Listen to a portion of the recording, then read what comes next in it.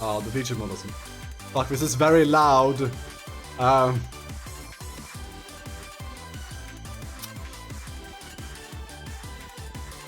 fucking god.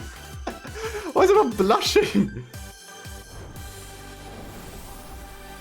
Yes, Daddy Colonel Sanders. Here we go. Here we come. You sleep softly as the morning sun casts a warm glow through the window of your modest student apartment. The world is peaceful and serene. You could stay in the moment forever. Or you could wake up now. Your first day of culinary school is no time to sleep in. Smack the clock up and at him. Throw the clock out the window and stay in bed. You slept through the school year and gave up on the once-in-a-lifetime opportunity to meet colonels. An entire year! Game over already? You might not be cut out for this. Let's try that again. Smack the clock and up and out. Lying in bed, you stare at the ceiling, thinking about everything that awaits you at the prestigious University of Cooking School, Academy of Full Learning. Your mind begins to wander. Who will be there? What will you cook? What should you wear? Time begins to fly by, and you find your imagination getting away from you. Well, I mean, the best thing to wear is, a nude and apron. Obviously, that's how we should do. There's a daydream bit, thinking about the future. You need to do this seriously. Daydream. It's here, finally, your first day of culinary school, so many dishes to prepare, so many students to meet. Your mind is swimming with possibilities when you realize you're running late. You grab a biscuit and burst out the door in a hurry. Nom nom nom. Delicious. Just what you needed to wake up those taste buds. Jikes, you're in such a hurry, in fact, you forgot to put on any deodorant before running out the door. You're sweating buckets as you rush to arrive on time. Uh-oh. Standing in the quad, you gaze upon the magnificent University of Cooking School, Academy for Learning. Here comes your lifelong best friend forever, Miriam. She's the most adorable, awkward person you've ever met, and you absolutely love her for it. Good morning, Piddock. Are you excited for the first day of the rest of our lives? I can't do a female voice. Actually, because I sure am excited. A little nervous. Okay, a lot nervous. I'm just that this morning I made breakfast for myself, but well, when I ate it, I couldn't taste any love in the food. What if I'm no good? What if I fail? Classic Miriam, raised by Master Chef parents. She's always held herself to a very high standard.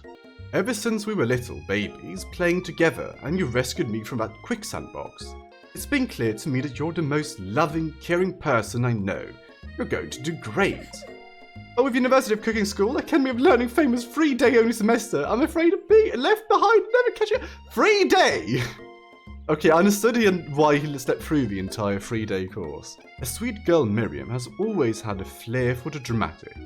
This summer, she got so nervous about her first kiss that she chipped a tooth practicing on a mannequin. Oh my god.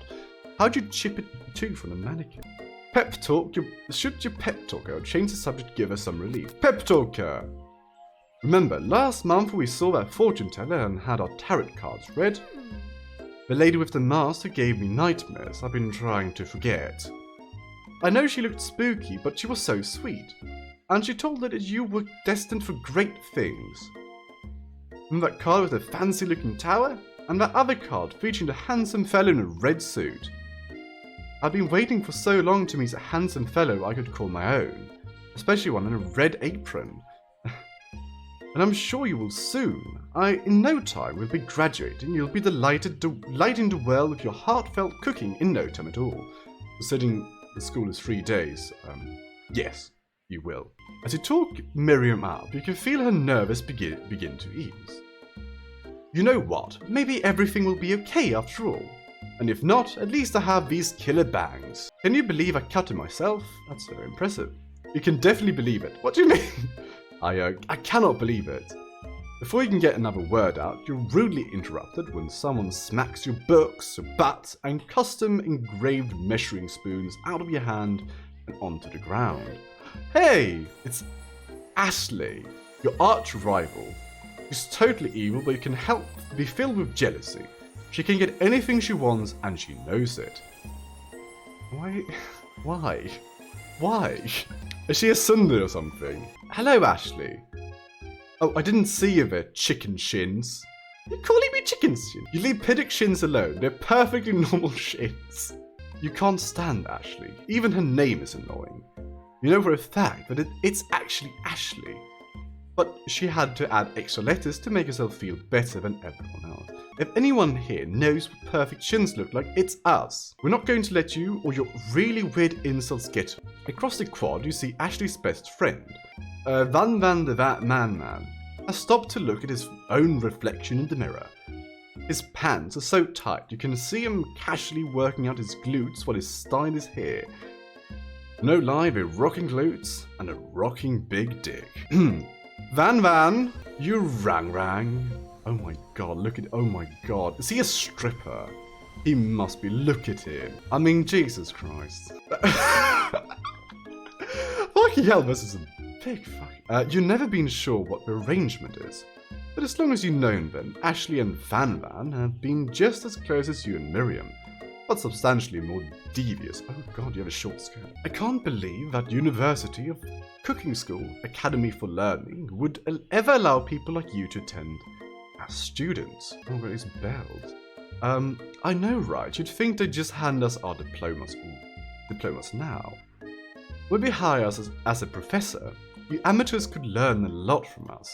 With the first day of school about to start, there's just no time to properly tell these two off. So you resist the urge. Let's go, Miriam. Psh. See you later, losers. As you approach the door, you see a goofy-looking kid pushing hard against the window directly next to it. Oh my god. What was that sound, Pop? Jesus.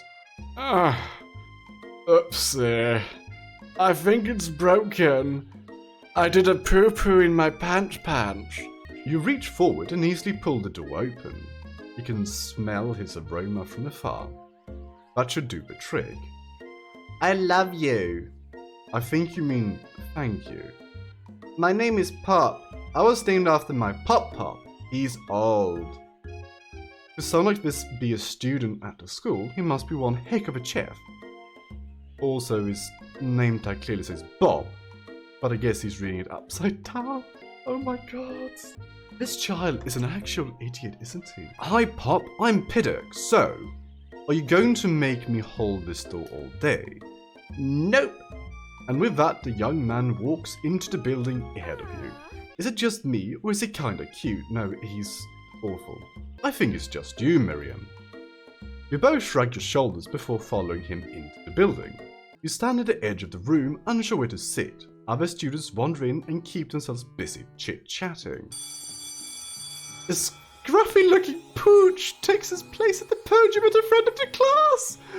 Adorable, look at him. Oh, such a good boy. Yes, you are. You're a very good boy. Oh, yes, you are. Very good boy. Now, quiet down, everyone. Who's this unreasonably cute pup and why is in a culinary class? You must be Sprinkles, head instructor and CEO of UCS. Ow. Oh, good boy, look at him. Please call me Professor Dog. I may be cute and little and fluffy, but I'm still damned demand respect. Woof. What? A cute dog is our professor? This is the best school ever.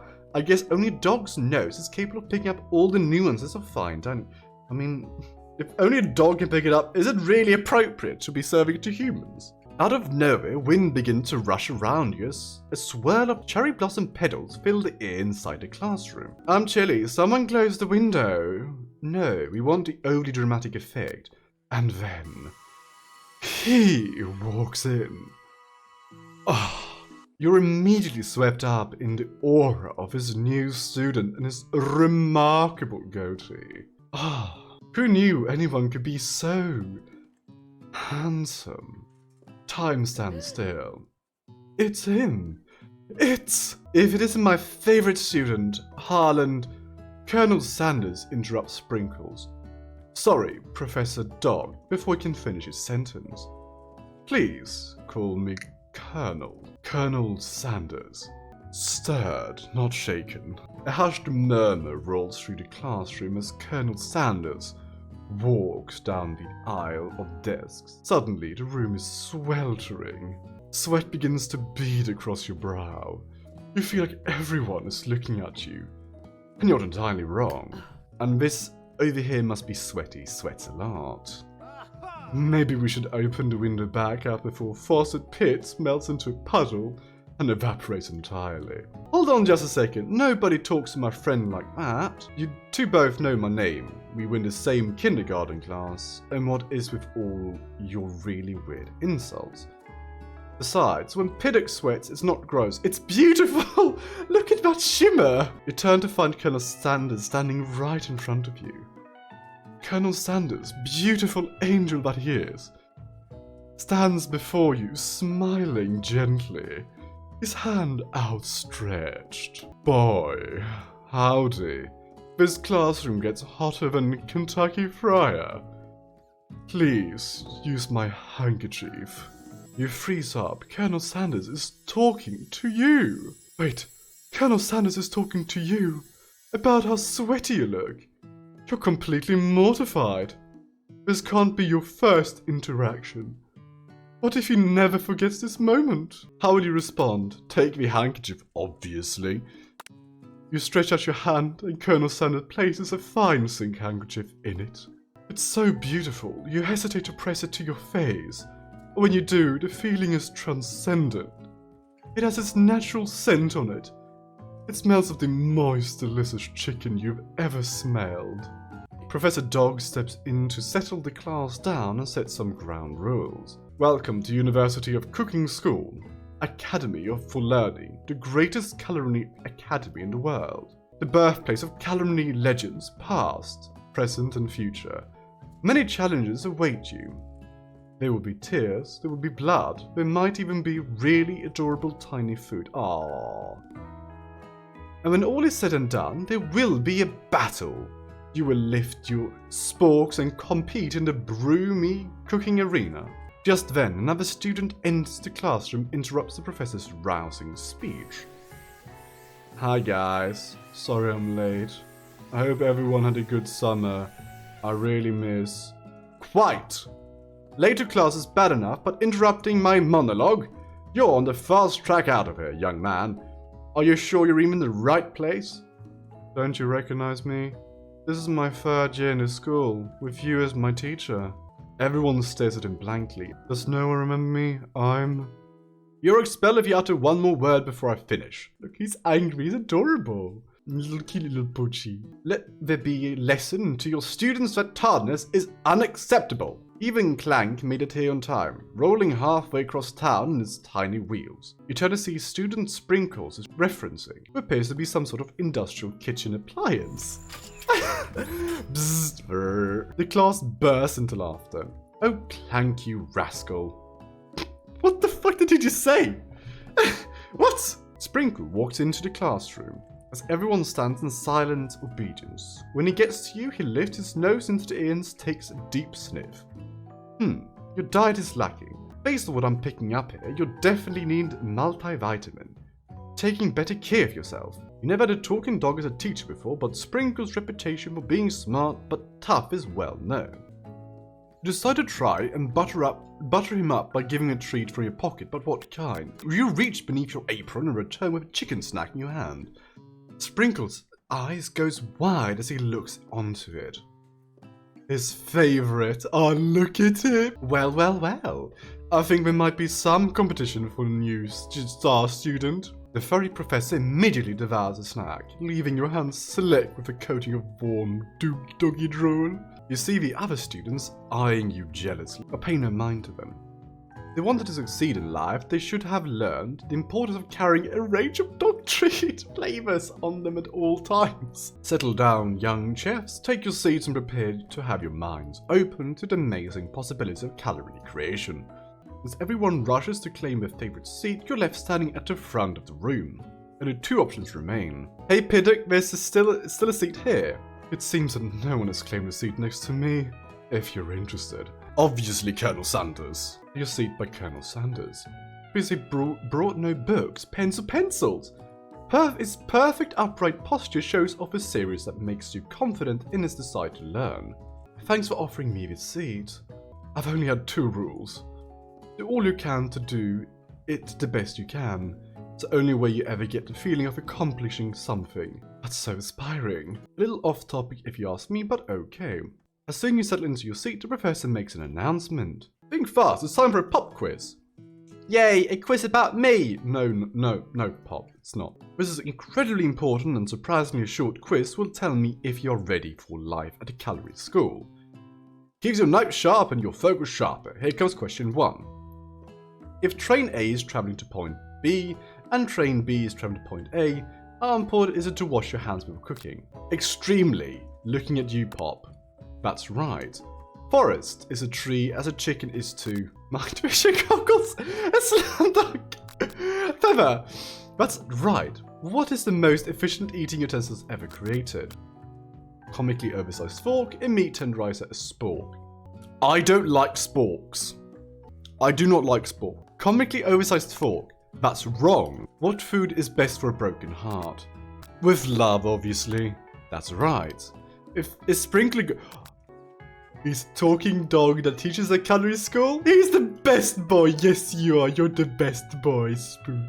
Your total score is 4 out of 5. Only one wrong, not too shabby. You might just do alright, kid. You look up to see that Colonel Sanders has been watching you tally your score. He nods with approval. May I have your attention, students? I have an important announcement to make. Time for lunch! Though the cafeteria is as nice as any restaurant you've ever eaten at, it makes sense that a school dedicated to cooking would also be serious about eating. A delicious fragrance wafts through the room and tickles the end of your nose. Your mouth waters. Do you smell that? That must be our lunch. It smells crazy good. Everyone, can I have your attention? Is it about lunch?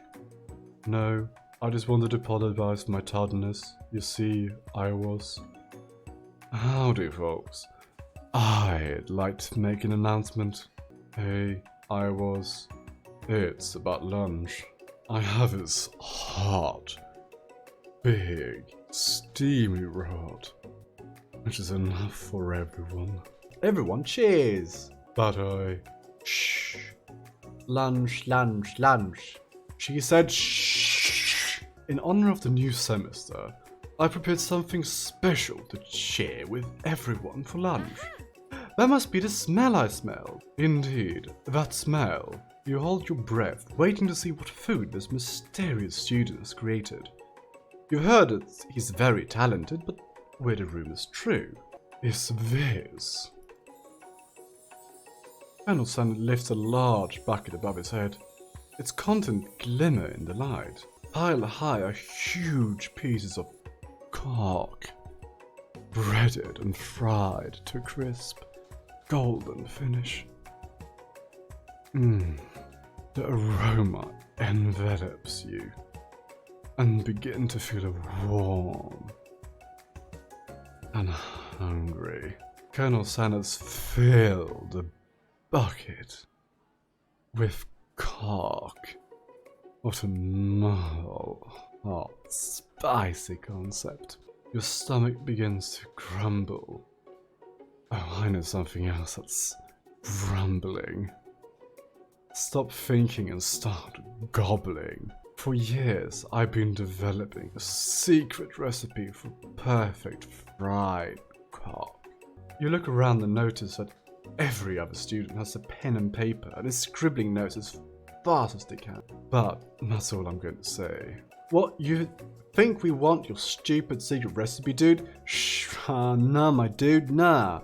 I just drafting a last will and testament in case one of those ingredients poison. Goddamn. No, Van, you did not get anything. That was not a burn. He looks around nervously to see if anyone else is laughing at his sick burn. You wait to see what singer Ashley has prepared to follow up, but she suddenly takes a different approach. Yeah, and I was just like writing in my diary. Dear diary, today I smelled something beautiful. I knew the moment that only the hands of a true gentleman would have a cock like that. So tender. You see her body language change from bitter and evil to sweet and innocent. As she slides closer to Colonel Sanders, she realizes that he is destined for greatness and flame with cooking skills like this. She wants him all to herself. Oh, please.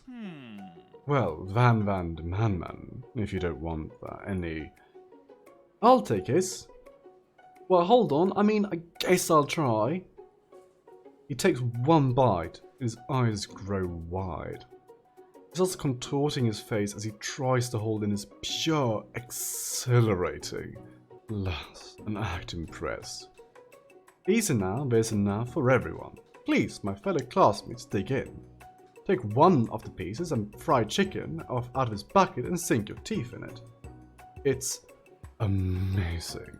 Tasting Colonel Sanders' food transports you to another dimension.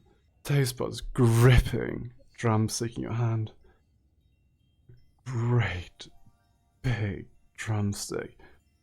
You float weightlessly. Somewhere up ahead, a bright light beckons you.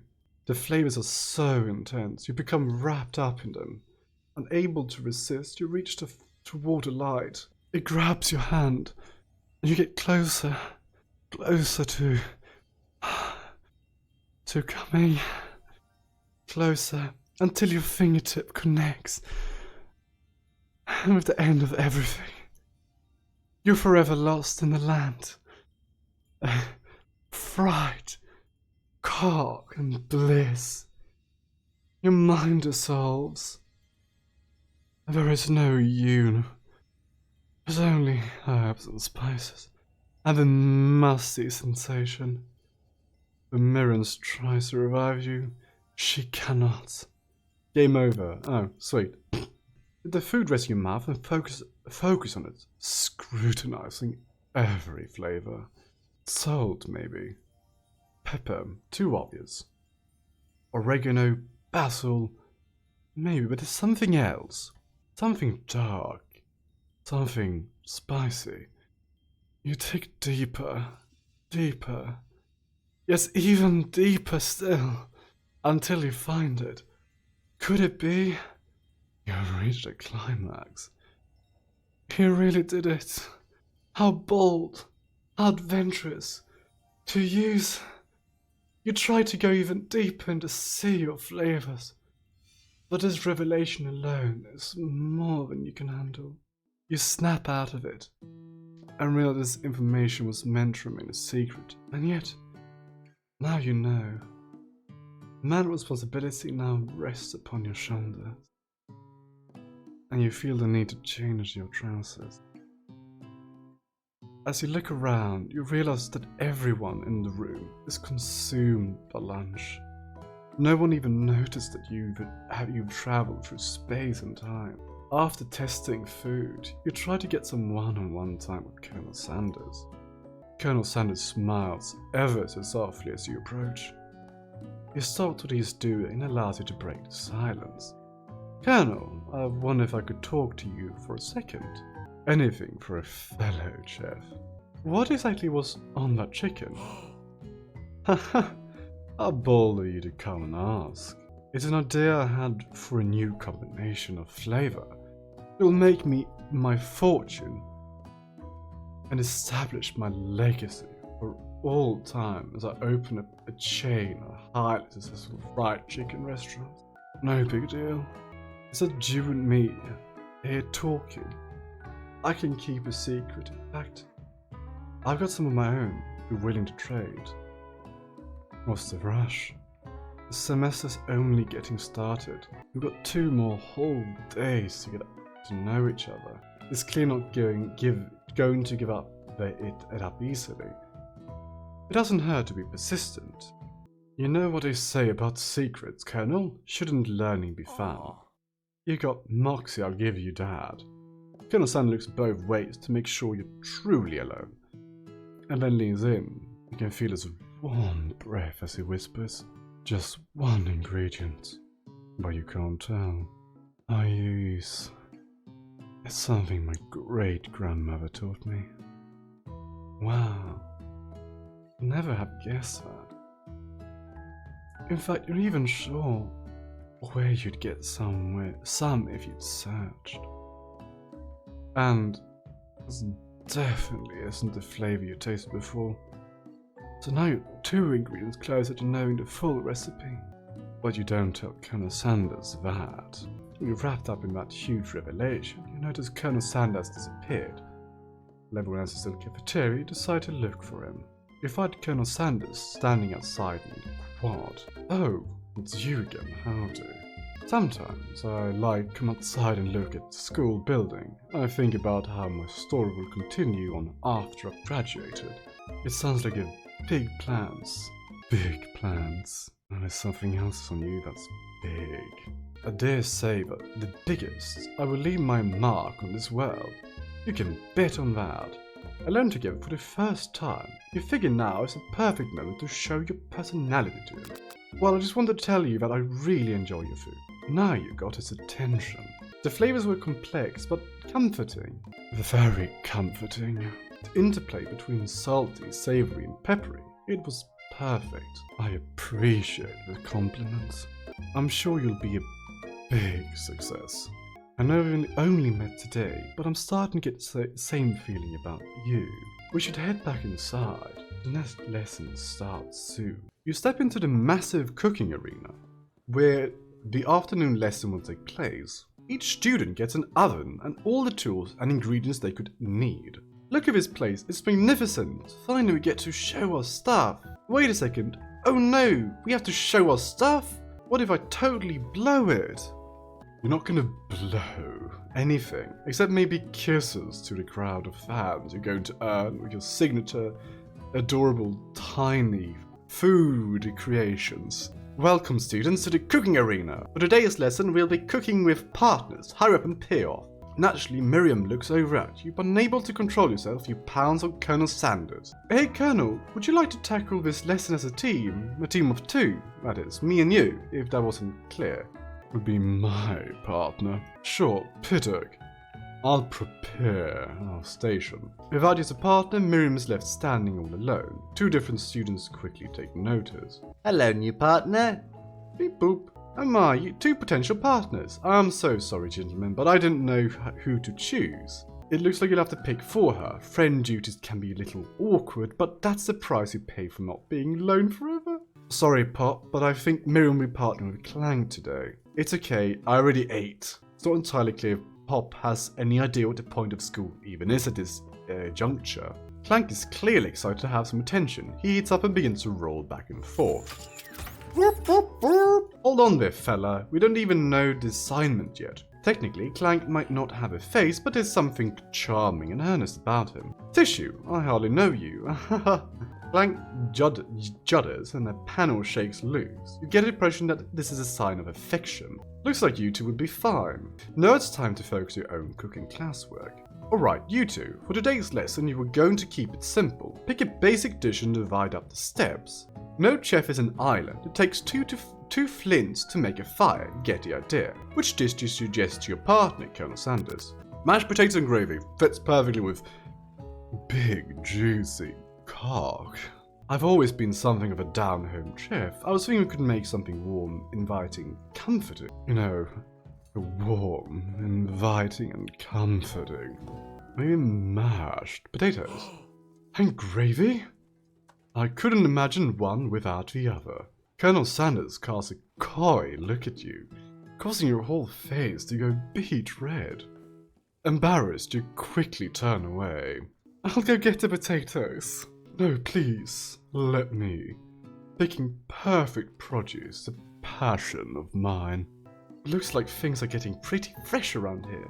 Does someone have a crush on Colonel Sanders? Maybe just cooking partners? Mind your own business.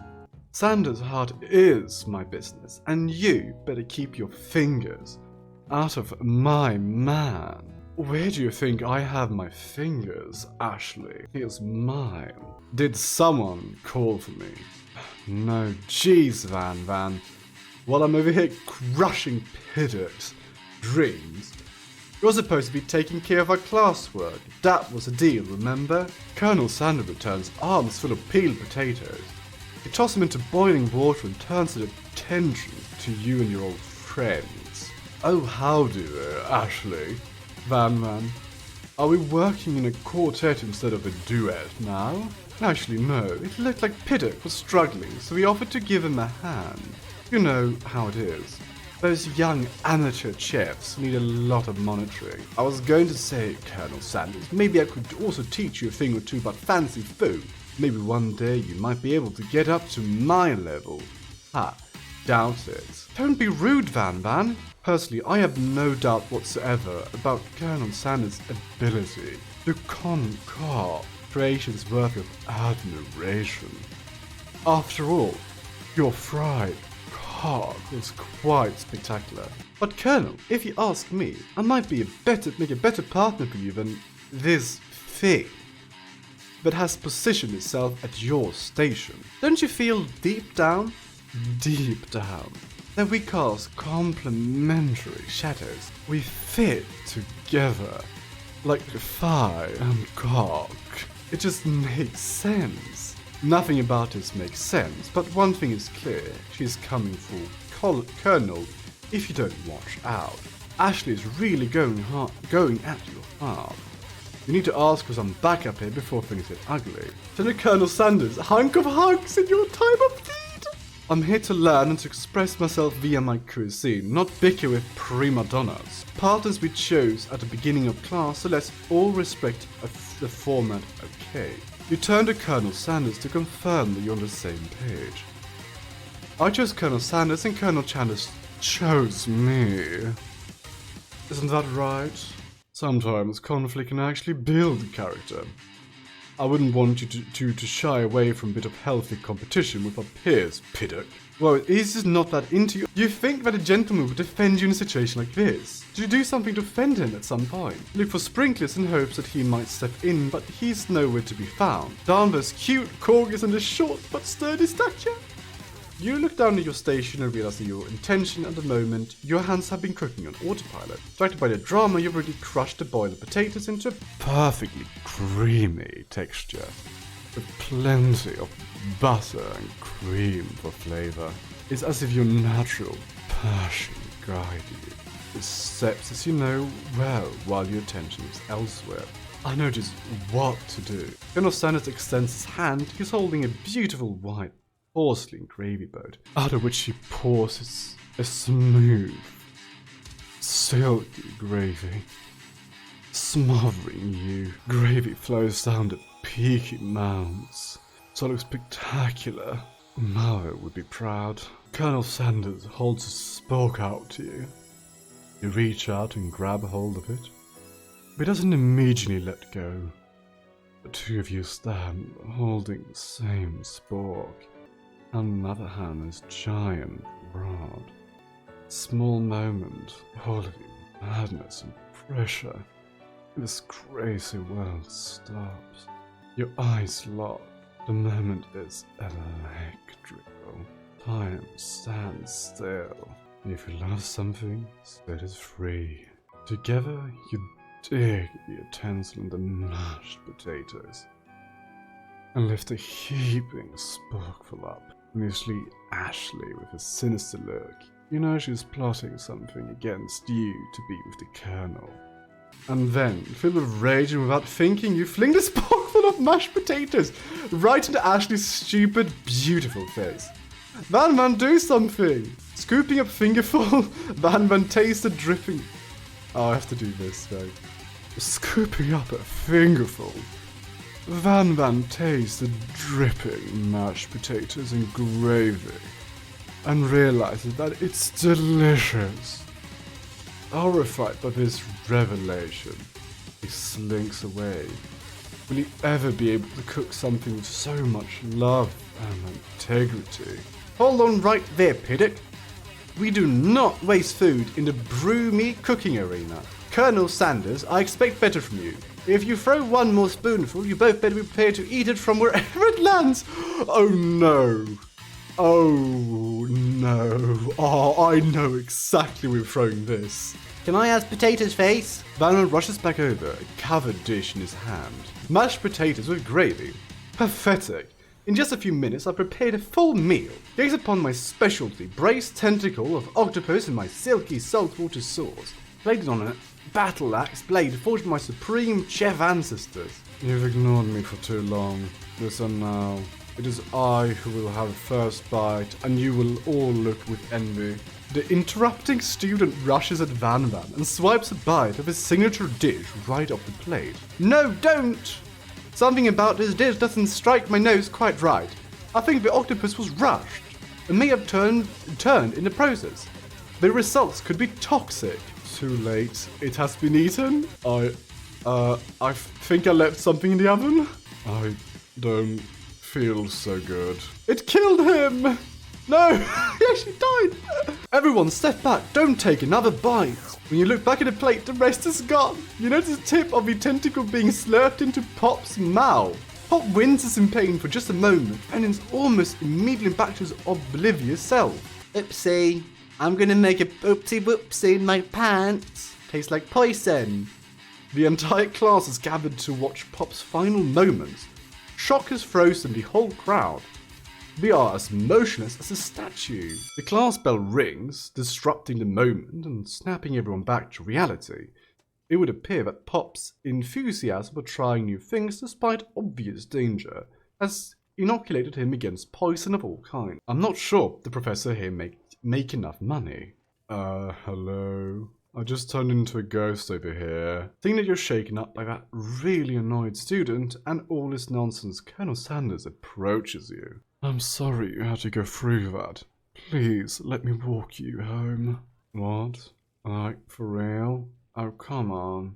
You follow Sir Colonel Sanders out of the room. At night, the school building has taken another vibe entirely. It's dark and more than a little spooky. Colonel Sanders stands in the quad's neon glow and speaks softly. Most mashed potatoes you made in class today. Before you go on, I want you to know they're not a great representation of my skills. I didn't even realize I was making them. They were amazing. Tasting them reminded me of why I became so passionate about food to begin with. Colonel Sanders getting choked up. Cooking is obviously important to him in a way that you find inspiring. Now, might it be the perfect time to tell him you've developed feelings for him? Colonel Sanders? Yes, Piddock. If there's something I need to tell you. Hold it right there. There's something I need to tell you first. Oh jeez. You see, when I was just a boy, I had a dream. One day I'll be the greatest chef the world has ever seen. And every day since, I've been working toward that dream. Day and night. Never stopping. Never resting. Also lifting a lot of weights. Like so many weights. We should follow our dreams with all of our hearts. Then our souls might grant them like wishes floating as on a shooting star. Hey, no, you shut up. I'm the one who's to say inspirational stuff and be the star of his story. Are you forgetting you cooking literally killed a guy? You can't prove that. I also saw you kill that guy. What was his name? Somewhere in the distance you heard a long and sigh. Forget him. We're talking about me. Me. I'm the hero. The Spork monster is here to fight the hero. What? Oh no, this looks terrifying.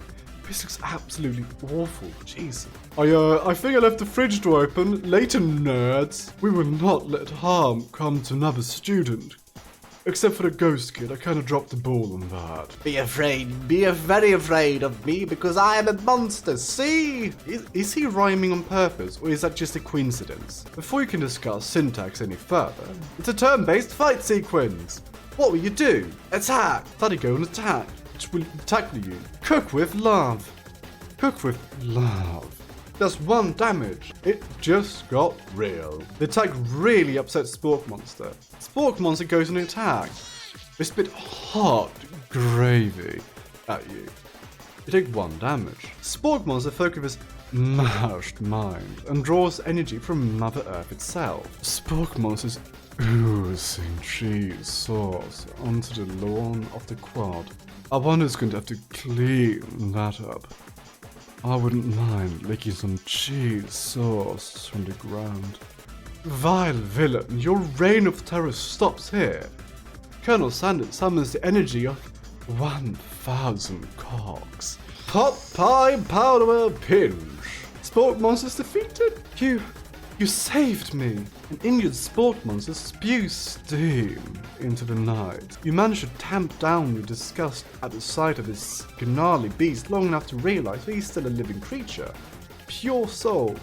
Deserves your pity, not your wrath.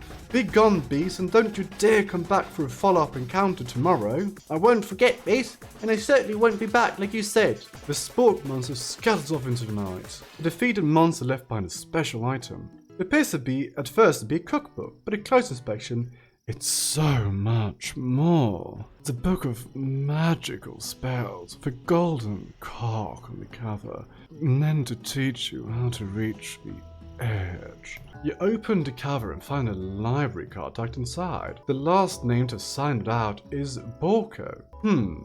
Borko, that name sounds strangely familiar. Your blood is pumping, standing in the quiet of the night, holding a mysterious book in your hands. As you come down from your battle bus, you realize your final attack has left you completely depleted. The world around you begins to fade. Without any energy to keep your eyes open, darkness overtakes you. Image of Colonel Sanders flashes before your eyes as you fall asleep. He must have helped you get home. In your tired state, you don't know if you could have made it without him. What a guy. What a man. You want to thank him, but you don't have the strength to utter a single word. You feel your covers being pulled up over you. You're tucked in tightly. Good night, my Colonel. In your dream, you're together with the Colonel Sanders, becoming one. For some reason, Sprinklers is also here, instructing your love-making dream. They are weird.